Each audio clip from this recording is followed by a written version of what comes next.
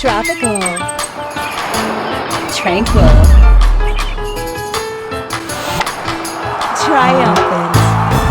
Treasures by the Bay with Alyse Nicole.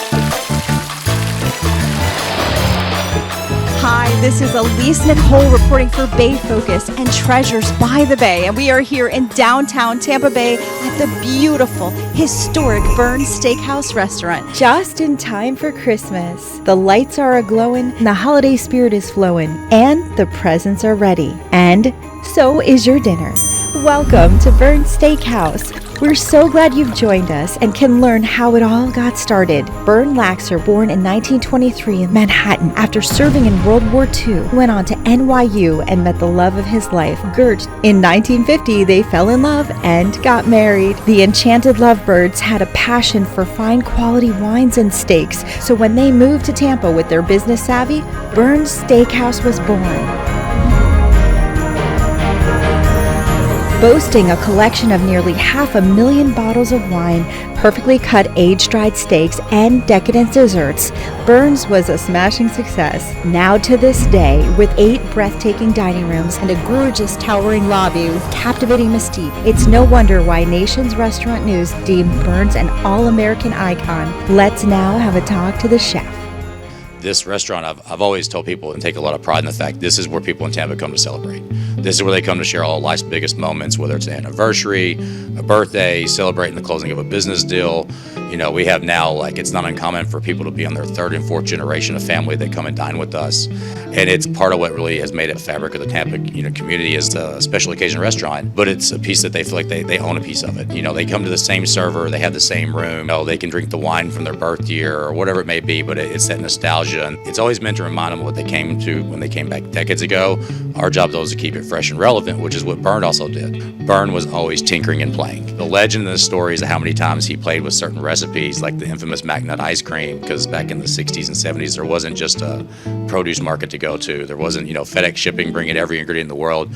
So, we take a lot of pride in keeping that legacy and that tradition that Bern created alive, but at the same time keeping it modern and relevant because people's dining habits change, and that's what Bern would want as well. Even to this day, there's all these homemade little inventions and things that we have that he designed. If you have the French onion soup in this building, that cheese was cut by a homemade cheese cutter that they designed well before I was probably even born. That's part of what I think makes Bern so unique, is it was all really homemade. He wasn't copying what was the newest rage in LA or New York. He was just doing what he genuinely believed in and what the community got behind and they liked. And He was a pioneer. Oh, absolutely. Including the chef, many of Bern's workers have been there over 20 years. What do you love the most about working here? Just the employees and the way we're treated and, just a family affair. I feel like family just being here. Well, it's a pleasure to have you.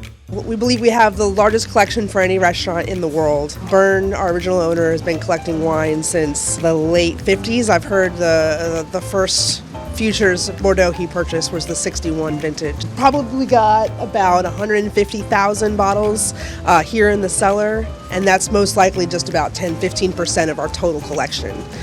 We've got a warehouse close by where we go every day. A team of stewards goes over to grab some cases and bring back here to restock our bins. So one of the main reasons people come here is for the wine. Our wine program is pretty world renowned. We probably go through 50 to 70 cases a week just for what we're pouring by the glass. Our oldest red that we're pouring right now is a 1974 Inglenut Cabernet. We've got a couple Rhone wines from 1978 that we're pouring by the glass, which is wild. No one else is able to do things like that. So a lot of people have the opportunity to come here and try something with a significant amount of age that you can't try anywhere else without breaking the bank as well. So it's a pretty fun opportunity.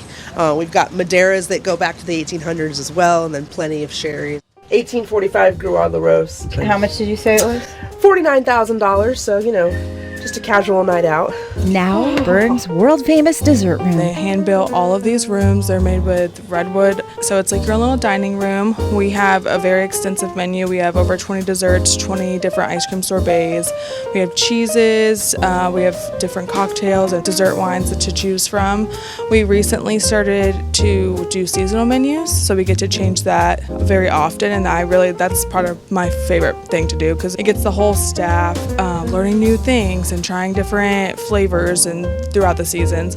There are some desserts that are classics. They don't go anywhere. That the Cherry Jubilee and Banana Foster. We don't have the Cherries Jubilee anymore, but we do have the Banana Fosters. That's everyone's favorite. The banana cheese pie, our King Midas carrot cake.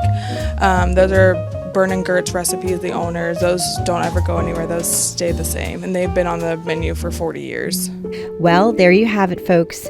Thank you, Bern and Gert, for your devotion, and their son David and the Laxer family who carry on the Bern's legacy.